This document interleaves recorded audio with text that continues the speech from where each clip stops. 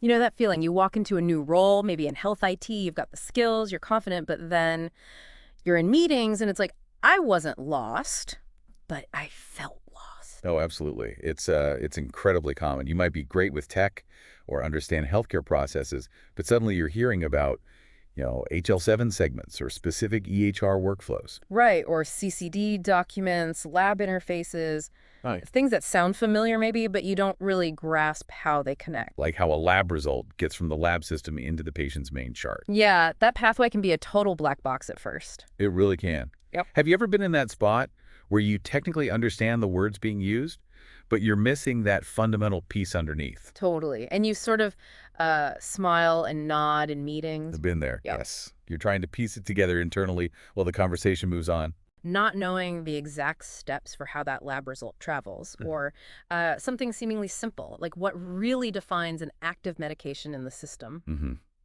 And it's not just definitions, is it?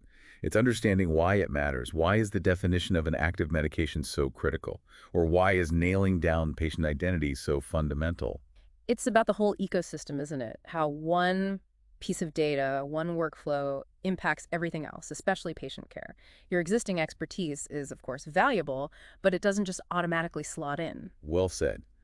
You might be brilliant at user stories, but the nuances of a clinical encounter workflow, that's a different beast. And that gap, that feeling of not quite getting it, that can be really unsettling. But here's what's interesting, the turning point we saw described. It was the decision, a conscious choice to start asking the dumb questions. Yes.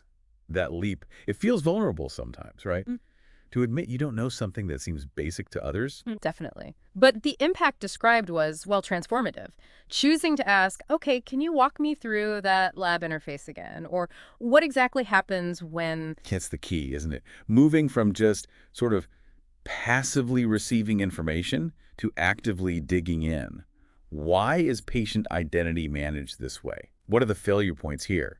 When you start doing that, things start to click. exactly, the pieces start falling into place. You see the connections, you understand the why behind the what, and suddenly you're not just processing tasks. You're actually solving problems. You move beyond just, say, writing the user story as requested to understanding the implications of that story. You can anticipate issues.